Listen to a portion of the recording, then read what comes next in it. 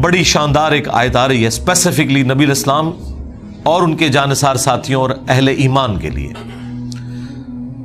تاکہ انہیں یہ یقین آ جائے کہ وہ جو کچھ اللہ کے لیے کر رہے ہیں نا، اللہ تعالیٰ ہر لمحے میں انہیں دیکھ رہا ہے۔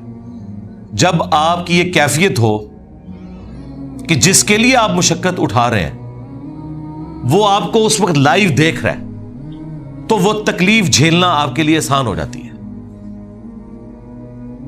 تو یہ اللہ تعالیٰ نے کانسیپٹ دیا ہے۔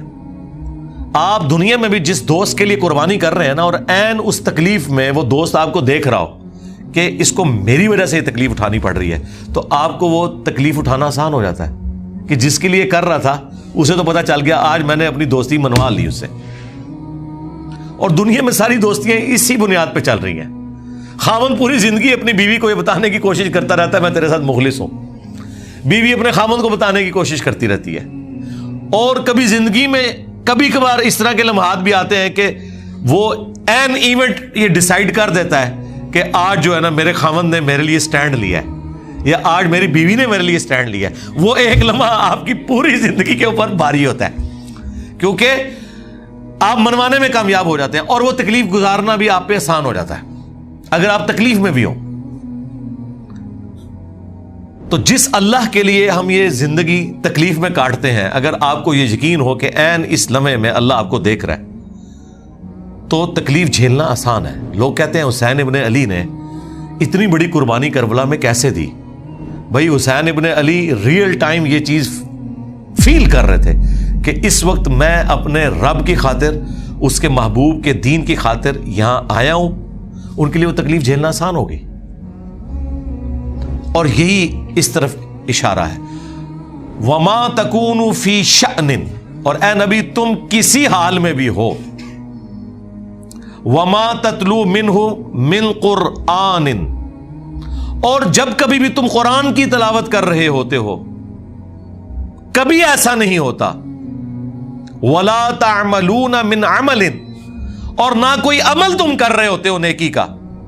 یہ تین چیزیں گنوائیں کہ کوئی بھی کام کر رہے ہو، قرآن کی تلاوت کر رہے ہو، یا کوئی بھی عمل کر رہے ہو، الا مگر یہ کہ اس حال میں ہوتا ہے کننا علیکم شہودا، ہم اس وقت دیکھ رہے ہوتے ہیں تمہیں کہ نبی تم اس وقت، بلکہ اللہ نے قرآن میں یہاں تک کہا کہ اے نبی جب آپ غزوہ بدر اور احد میں صحابہ کی صفیں سیدھی کروا رہے تھے قتال کے لیے، تو ہم آپ کو دیکھ رہے تھے اس وقت۔ ہاں، حضرت نوح علیہ السلام کے بارے میں قرآن میں آیا کہ اے نوح ہماری آنکھوں کے سامنے اور ہماری انسٹرکشنز کے مطابق وہ کشتی بنا۔ وہ اتنی بڑی کشتی بنانا ان کے لیے آسان ہو گئی، کیونکہ ہر لمحے پہ جب اللہ آپ کو بتا رہا ہو کہ اے اللہ پھٹا ایتھے لانا ہے، ایتھے کیل ٹھوکنا ہے، آپ ذرا اس کی لذت کو فیل کریں۔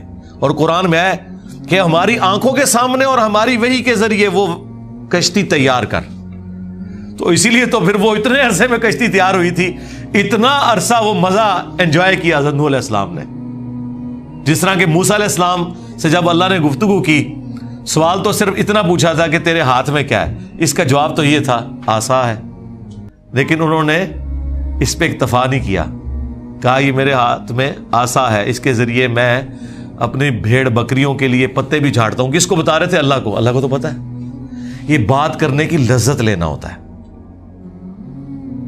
تو اللہ تعالیٰ فرما رہا ہے کہ جب کبھی بھی تم کسی حالت میں ہوتے ہو، قرآن کی تلاوت کر رہے ہو یا کوئی بھی نیکی کا عمل، اس حال میں کہ اللہ اس وقت تمہیں دیکھ رہا ہوتا ہے۔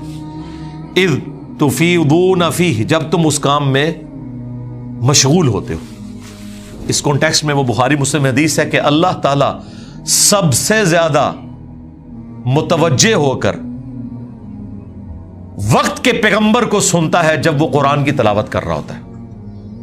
تو نبی علیہ السلام اس لیے بڑے شوق سے قرآن کرتے تھے، اس کی تلاوت کیا کرتے تھے، اس لیے تو اتنا لمبا قیام بھی ہوتا تھا، نمازوں کا بھی اور نوافل کا بھی۔ تو جب تم ان کاموں میں مشغول ہوتے ہو، اللہ تمہیں دیکھ رہا ہوتا ہے۔ وَمَا يَعْزُبُ عَنْ رَبِّكَ مِن مِثْقَالِ ذَرَّةٍ فِي الْأَرْضِ وَلَا فِي السَّمَاءِ، اور اے نبی تمہارے رب کی نگاہوں سے کوئی ذرے کے برابر بھی چیز نہ تو زمین میں اور نہ آسمان میں، ولا اصغر من ذلك ولا اکبر، اور نہ ذرے سے کوئی چیز کم نہ زیادہ، الا فی کتاب مبین، وہ اللہ تعالیٰ کے علم میں ہے، اس حال میں کہ اللہ نے اسے پہلے ہی لوح محفوظ کے اوپر لکھ رکھا ہے. یعنی زمین و آسمان میں کوئی ذرے کے برابر چیز ہے یا اس سے کم یا اس سے زیادہ، وہ اللہ تعالیٰ کے علم میں ہے، اور ایسے علم میں ہے کہ وہ پہلے ہی لوح محفوظ میں لکھی ہے. تو اللہ تبارک و تعالیٰ اپنے ہر بندے کے ہر عمل سے واقف ہے. اس کی وجہ سے ایک تو گناہوں سے بچنا بھی آسان ہو جاتا ہے، دوسرا نیکیوں پہ استقامت بھی مل جاتی ہے. انسان کو صبر کرنا آسان ہو جاتا ہے. تکلیف تو بہرحال اس نے آپ کو دینی ہے، چاہے وہ فجر کے وقت بستر چھوڑنے کی تکلیف ہو، سردیوں میں غسل جنابت کی تکلیف ہو، گرمیوں میں روزہ رکھنے کی تکلیف ہو، اور پوری زندگی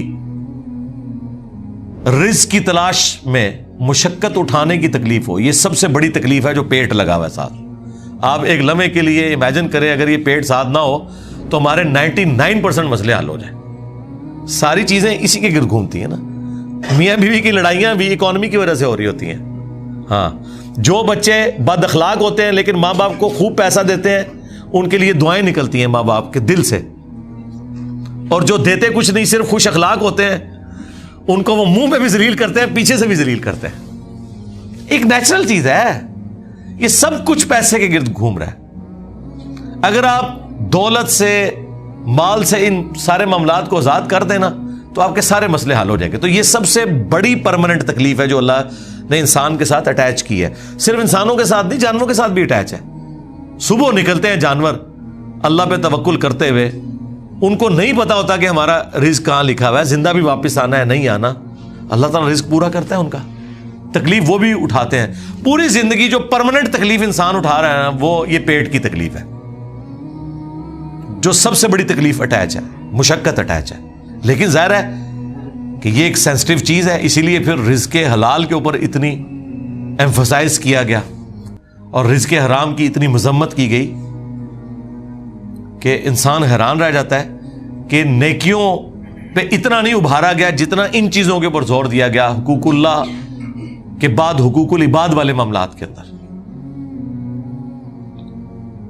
تو یہ سب کچھ اللہ تعالیٰ نے لوح محفوظ میں پہلے ہی لکھ رکھا ہے کہ کس کو کیا تکلیف آنی ہے، اس نے اس کے اگینسٹ کیا پرفارم کرنا ہے، اس نے اللہ کی کیسے تابع فرمان رہنا ہے. یہ ساری کی ساری چیزیں اللہ تعالیٰ نے لوح محفوظ میں لکھی ہوئی ہیں پہلے سے ہی.